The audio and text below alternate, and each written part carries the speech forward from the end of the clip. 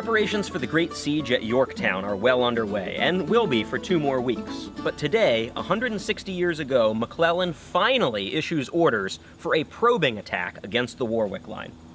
Well, it's an attack, but one riddled with cautions and warnings not to press too vigorously. Today we're out along the Warwick line, a partially flooded and heavily dammed river that General Magruder had turned into a formidable defensive position. One of the dams along the river was known as Dam Number 1. In fact, 10 days earlier, Winfield Scott Hancock noted this exact spot was a weak point, but his efforts to exploit it were overruled. Well, today, General McClellan finally gets it in his mind to revisit that weak spot and try to disrupt Confederate defenses on the far side of the Warwick. And for the first time, George McClellan is going to personally come to observe the attack. The man delegated to make the attack is General William Baldy Smith. It's an interesting choice by the cautious McClellan because Baldy Smith was probably one of the most aggressive Union division commanders in the Army.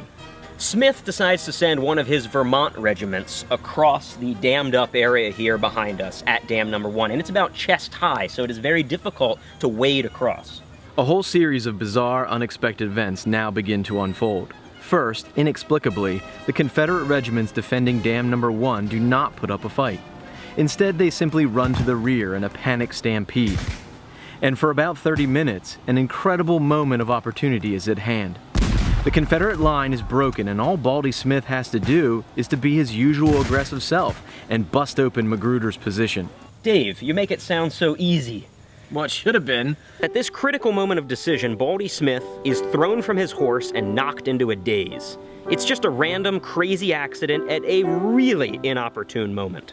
McClellan's lack of initiative here is absolutely mind-boggling. McClellan was on the spot to assume command, but he decides to just ride away. The object I proposed had been fully accomplished, he would later declare, apparently satisfied that his troops had disrupted the rebel defenses when in fact they could have done far, far more. After running out of ammunition, the Vermonters were forced to fall back across the Warwick under heavy fire, suffering over 40% casualties in an embarrassing display of Federal command failure and lack of vision. If the Federal commanders came up short today, their enlisted men certainly did not. I'd like to bring your attention to a 16-year-old drummer boy by the name of Julian Scott. Despite the withering rebel fire raking the river, Scott discarded his drum and waded out into the water to drag wounded soldiers to safety. And he didn't just do it once, he went out 9 times this afternoon. Julian Scott was awarded the Medal of Honor here at this battle. He survived the war and received his medal in 1865.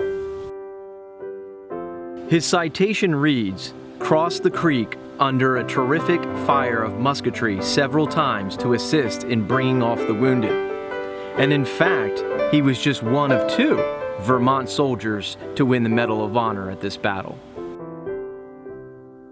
Our On to Richmond campaign series continues in about 2 weeks, when McClellan finally finishes his month-long preparation to bombard Yorktown. It will be the largest concentration of heavy siege guns ever seen in military history, even larger than the Great Siege at Sevastopol. So check back with us in 2 weeks. You don't want to miss it.